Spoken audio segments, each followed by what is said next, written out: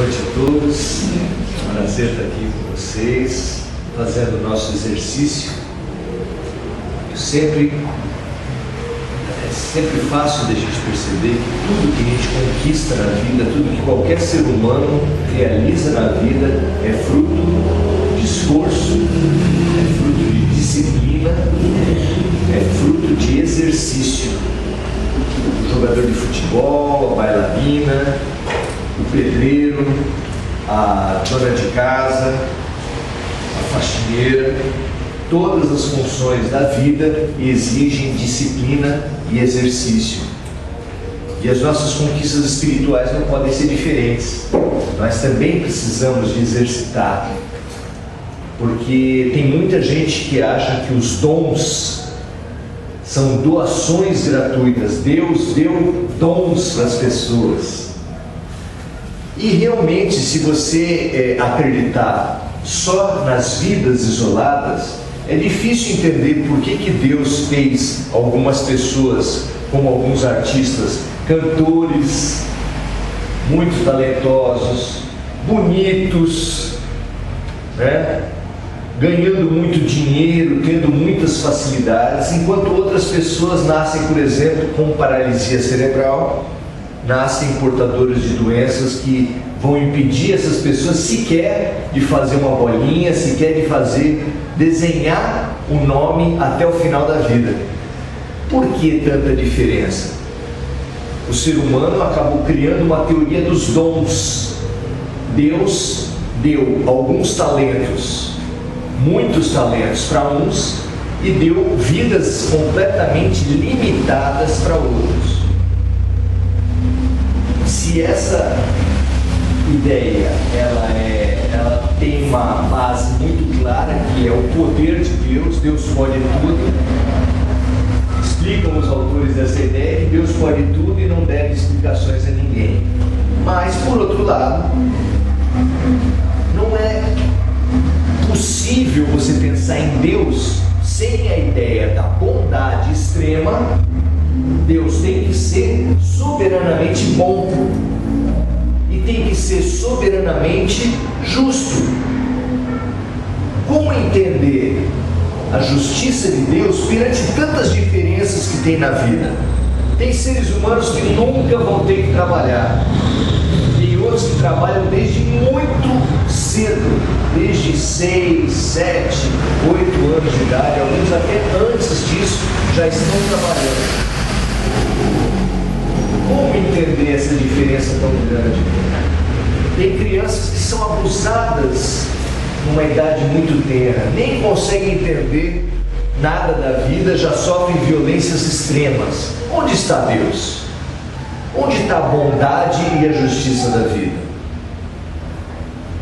É muito interessante a gente perceber que só tem um jeito da gente se reconciliar com Deus.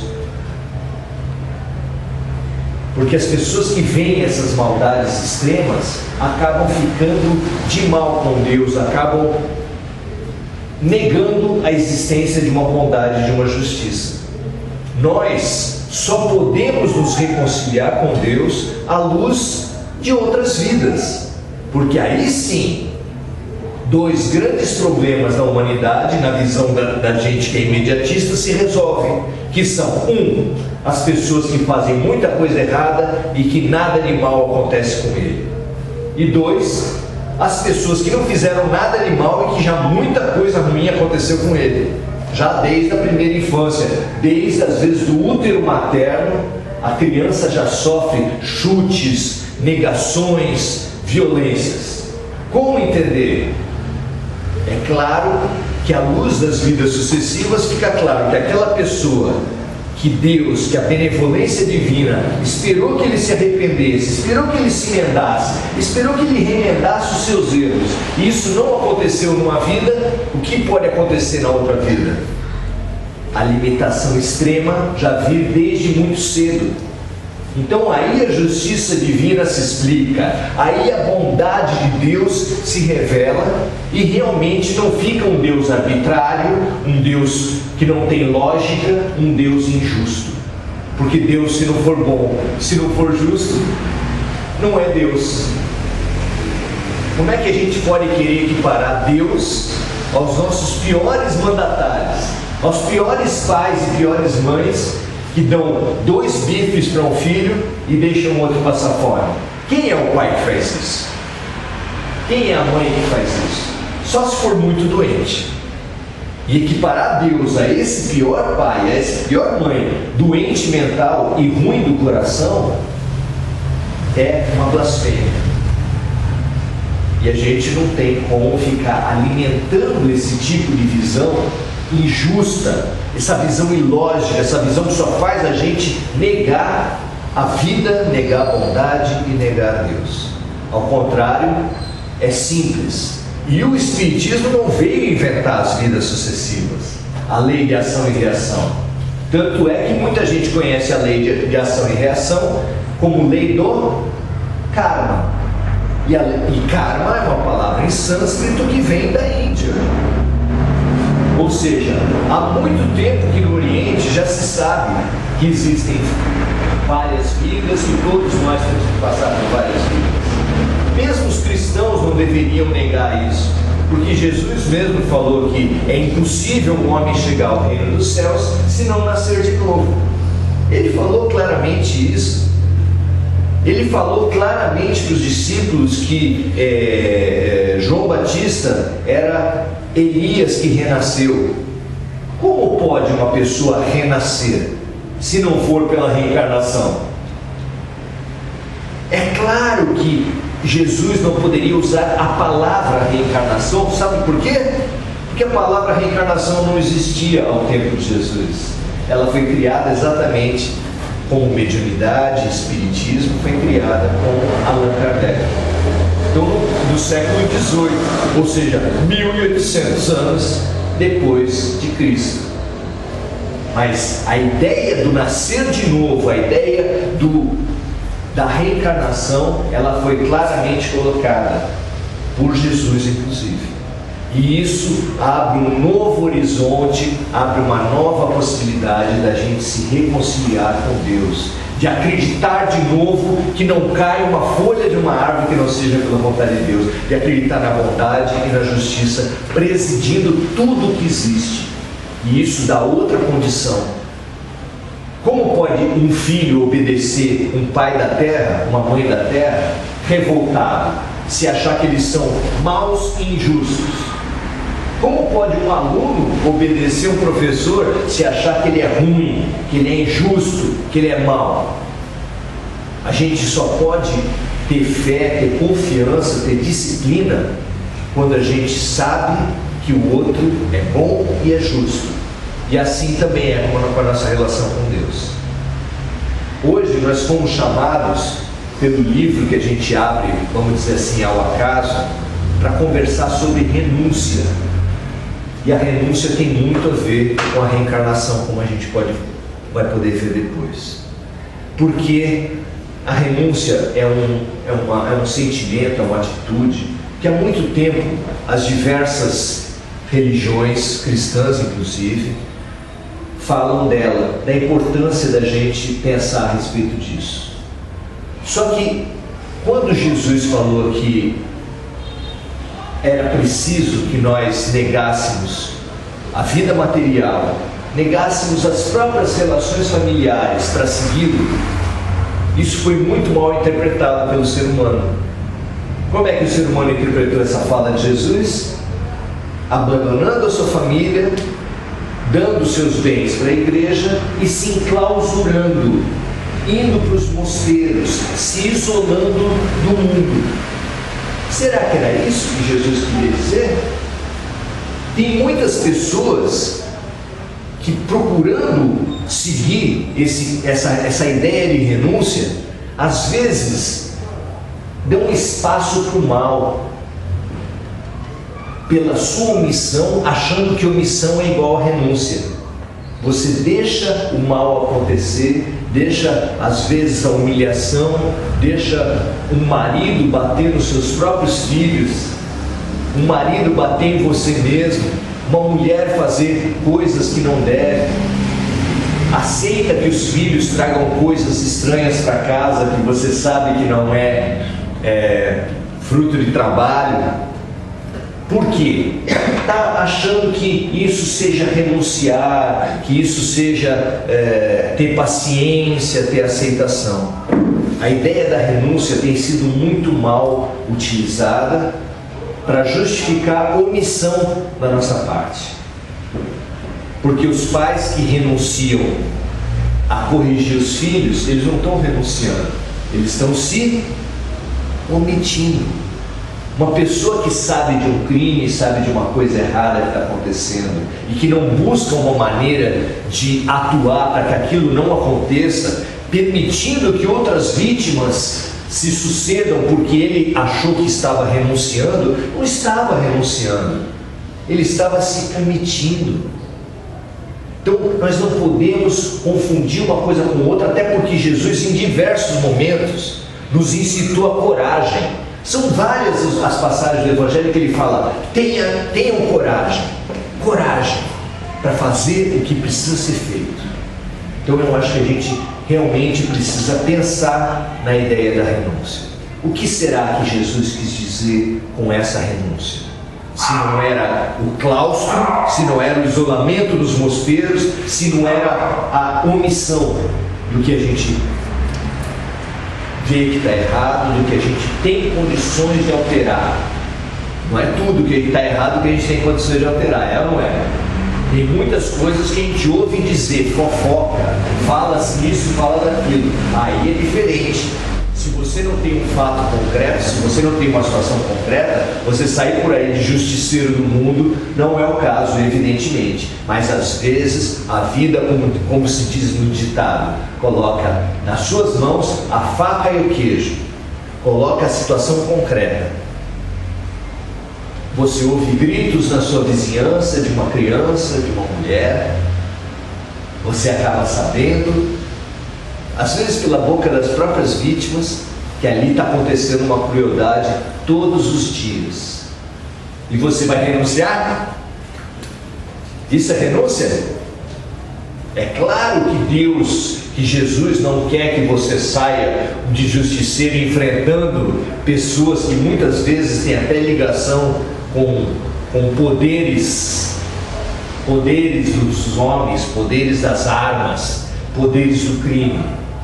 Mas existem maneiras da gente atuar, existem maneiras da gente não ser omisso. A renúncia, conforme Jesus nos coloca, e todas as nossas demais atitudes, elas devem ser pensadas à luz do que Jesus colocou como o primeiro mandamento. A luz, o norte, a bússola que deve orientar todos os nossos atos, segundo Jesus, não é uma interpretação espírita. Perguntaram para Jesus: qual é o maior mandamento? E ele falou: amarás a Deus sobre todas as coisas e amarás o teu próximo como a ti mesmo.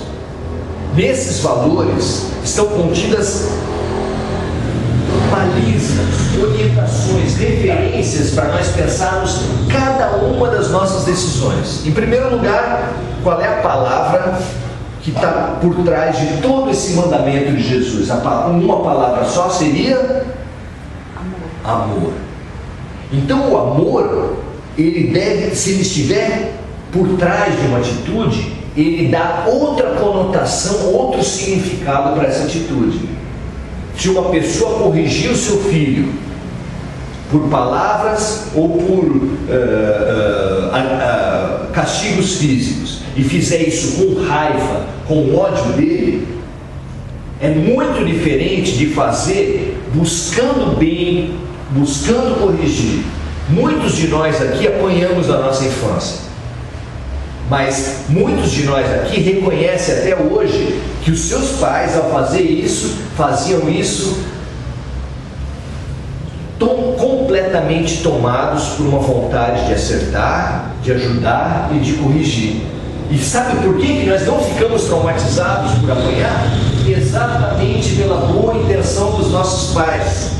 Ao passo que alguns pais que não batem, só de falar com raiva já traumatizam os seus filhos. Então uma das grandes mentiras que estão aí, que que o povo repete muito, é que de boa intenção o inferno está cheio. É mentira. No inferno, ou nas zonas mais baixas da humanidade, não há ninguém com boa intenção. Ao contrário, a boa intenção é que diferencia muitas vezes um ato bom de um ato ruim. Você pode às vezes fazer a mesma coisa, mas uma pessoa vai fazer o mal e outra vai fazer o bem, fazendo a mesma coisa exatamente pela boa intenção, pela vontade de acertar. Porque a criança percebe uma mãe e um pai bem intencionados e que os amam. Se vocês lembrarem do melhor professor que vocês tiveram na escola, da melhor professora, muitas vezes era uma pessoa rígida, era uma pessoa que às vezes outras pessoas não gostavam, mas que você reconhecia neles um compromisso, uma vontade de ensinar, um compromisso com o teu crescimento, com a tua melhoria. E assim é com mãe, assim é com pai, assim é com tio, com vó, com vô, com o chefe também. Então, a primeira palavra do mandamento de Jesus que salta aos olhos, sem dúvida, é a palavra do amor. Mas também nós precisamos aprender a nos colocar no lugar do outro. Porque Jesus, ao dar um mandamento de amor, ele deu um mandamento de amor que muitas vezes é difícil de ser alcançado, pelo menos na pureza que Jesus exemplificou. Então, que caminho ele deu para o amor? O caminho da compaixão ou da empatia. Mas o que é compaixão e empatia? Jesus traduziu de uma maneira muito fácil para a gente essas palavras que às vezes não são muito fáceis. Ele traduziu assim: faça para os outros aquilo que você gostaria que os outros lhe fizessem. Essa é uma regra clara, é uma regra básica. Você quer corrigir o seu filho, você quer ajudar um parente que está nas drogas, que está no alcoolismo, que está cometendo atos errados, faça para os outros aquilo que você gostaria que os outros lhe fizessem se você estivesse fazendo coisas erradas. É uma regra imperdível, é chamada a regra de ouro do cristianismo. Entender isso é de uma riqueza muito grande. Então, nós seguimos uma longa caminhada, uma longa viagem nas nossas existências. Tem um ponto de partida dessa viagem, como toda viagem, e tem um ponto de chegada. A nossa existência vai de um sentimento básico, que é o orgulho, a vaidade, para um sentimento máximo do Cristo, que é o amor. Analisar suas atitudes, cada vez que você estiver em dúvida se o que eu estou fazendo está certo, o que eu deveria fazer, é você perguntar para si mesmo, para si mesma, qual é a minha intenção ao falar com essa pessoa? Qual a minha intenção ao fazer um gesto com ela? Será que eu estou movido por um sentimento de vaidade, pensando assim, o que as pessoas vão pensar? Muita gente rege os seus atos pensando no que os outros vão pensar e o que vão pensar de mim, o que vão pensar da outra pessoa. E isso, vão concordar, não é o melhor parâmetro. Por quê? Porque inclusive nós estamos numa sociedade que repete muitos erros, que os erros estão colocados. Se você, por uma felicidade ou por uma infelicidade, não sei, fosse eleito vereador, fosse eleito deputado, e você fosse para uma Câmara de Vereadores, uma Câmara de Deputados que tivesse esquemas de corrupção, você ser mal visto lá, será que seria ruim? Quem é bem visto num lugar que está todo cheio de corrupção, todo cheio de mal, todo cheio de deturpação, é porque ele também está no mal, ele também está deturpado, ele está no meio da coisa. Às vezes, você ser mal visto num ambiente ruim é um elogio.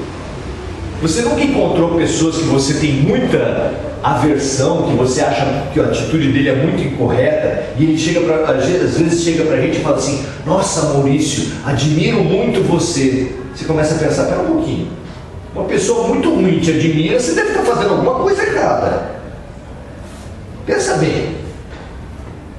Nós precisamos buscar o sim, sim e o não, não. Disse Jesus e disse Paulo. E isso não é uma coisa fácil da gente entender. Quando a gente lê lá no Evangelho, vocês fazem o Evangelho em casa? Fazem a leitura do Evangelho em casa? É muito importante que façam. Às vezes a gente pega lá o Evangelho e está escrito lá: nós devemos proceder com sim, sim e não, não. Aí você lê isso e fala: entendi, bata vida. Acontece que nós, nas nossas vidas, passamos mensagens dúbias. Às vezes você fala que quer uma coisa, mas na verdade não quer, se boicota. Eu já trabalhei com mulheres vítimas de maus tratos que falavam pra gente assim, a gente perguntava: você gosta de apanhar? Ela falou: não. Você quer parar de apanhar? Quero. Então por que você não separa? Aí começava a dar desculpas. Por que você não faz alguma coisa para parar com essa situação? Começava a dar desculpas. Então a atuação dela, a vida dela era sim por um lado e não por outro. Vocês entendem? Tem gente que fala assim: eu amo muito os meus filhos, mas se omite, mas deixa de fazer as coisas que precisaria. Mima os filhos a título de amor. Será que é certo? Será que isso é realmente amor ou é só uma comodidade? Porque esse negócio de educar é muito desgastante, sabe? Toda hora você falar para a pessoa: está errado, não faça isso. É melhor concordar com os filhos. Não é mais fácil concordar com os filhos? A gente vai concordando, ele vai fazendo, você vai concordando. Mas como nós dissemos antes, isso é omissão. Jesus pede que nós tenhamos compromisso com o bem. Amar a Deus não é uma adoração, não é ficar rezando o dia inteiro, não é ficar gritando nos templos. Amar a Deus é fazer a vontade do Pai. Quem disse isso? Jesus Cristo. Nem todo aquele que disser Senhor, Senhor. E a gente ouve em muitas igrejas hoje em dia o louvor. Só o louvor, se passa lá, parece que a única atitude religiosa que Deus quer é louvor. E Jesus falou claramente: nem todo aquele que disser Senhor, Senhor entrará no reino dos céus, mas sim aquele que fizer a vontade do meu Pai. E a vontade do Pai está claramente colocada, que é o amor.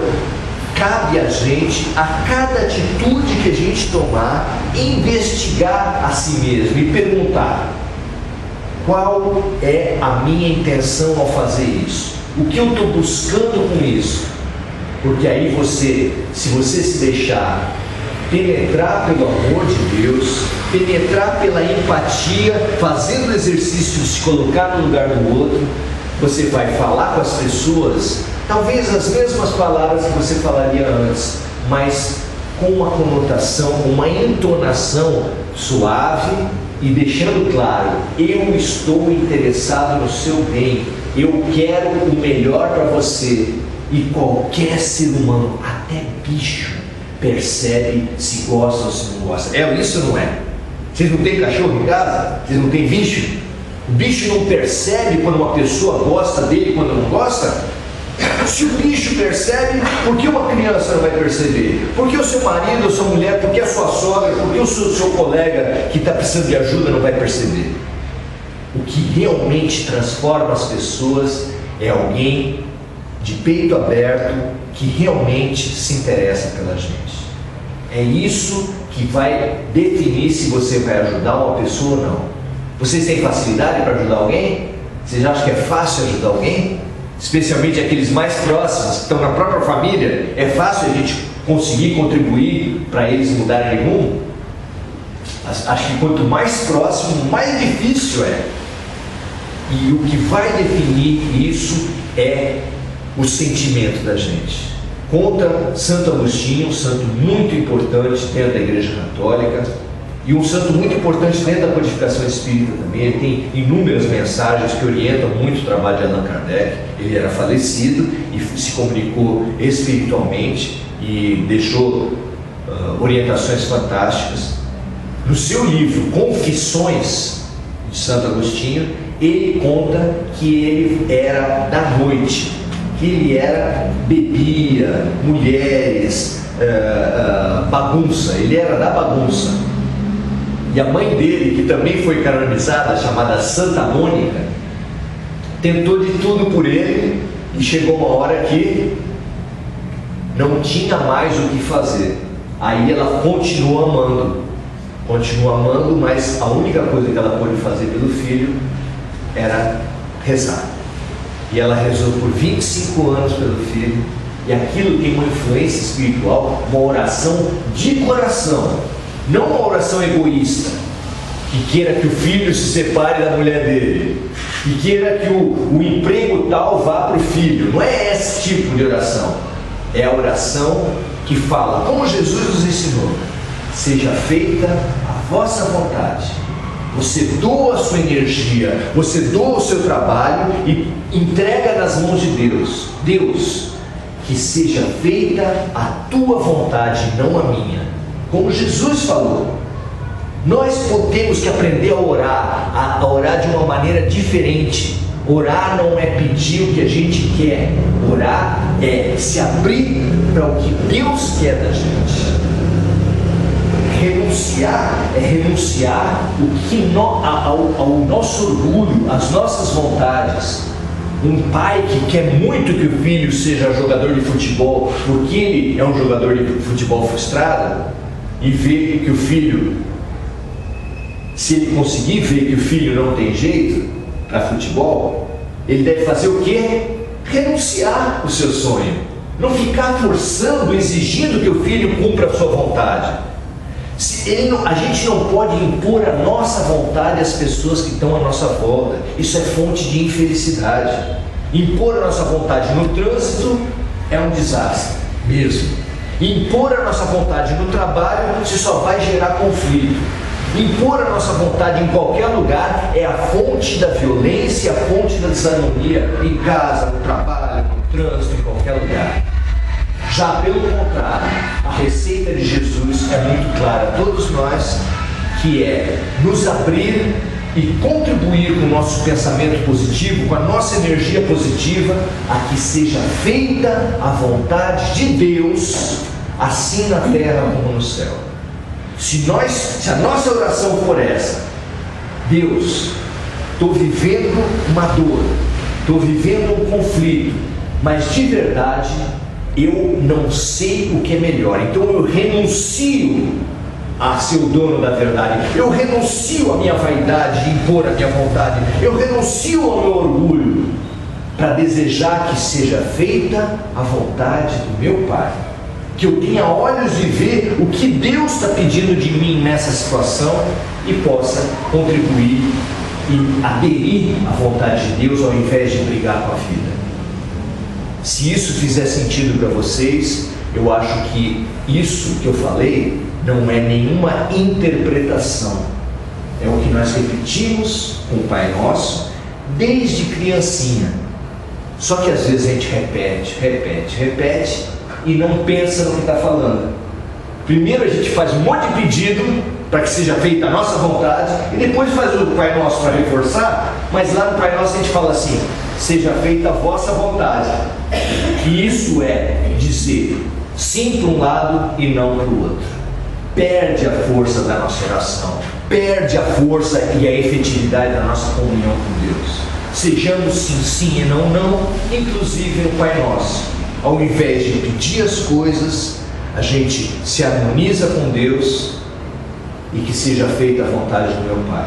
Porque, como está prometido no próprio Evangelho pelo próprio Jesus, a gente deve buscar o reino dos céus, buscar a harmonia com Deus, porque tudo mais nos será acrescentado. A bondade, a justiça divina não nos faltarão, especialmente se a gente se abrir e abrir nossas vidas para a vontade do Pai. Eu acho que esse é o convite, a reflexão que a gente faz para as nossas vidas de hoje. Obrigado, gente.